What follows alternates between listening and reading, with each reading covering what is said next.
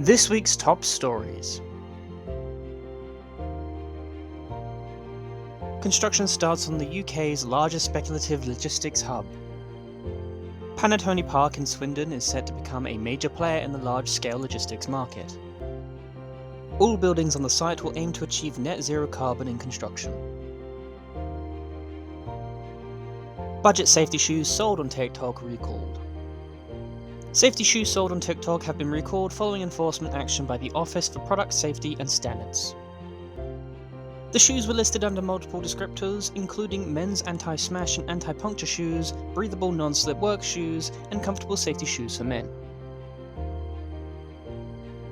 Kingdom Cleaning gears up for Oasis Wembley reunion. As part of their long-term cleaning contract at Wembley Park, Kingdom Cleaning is preparing for the sold-out Oasis reunion tour at Wembley Stadium this summer. Oasis will play 7 dates at the 90,000 capacity Wembley Stadium across July, August and September.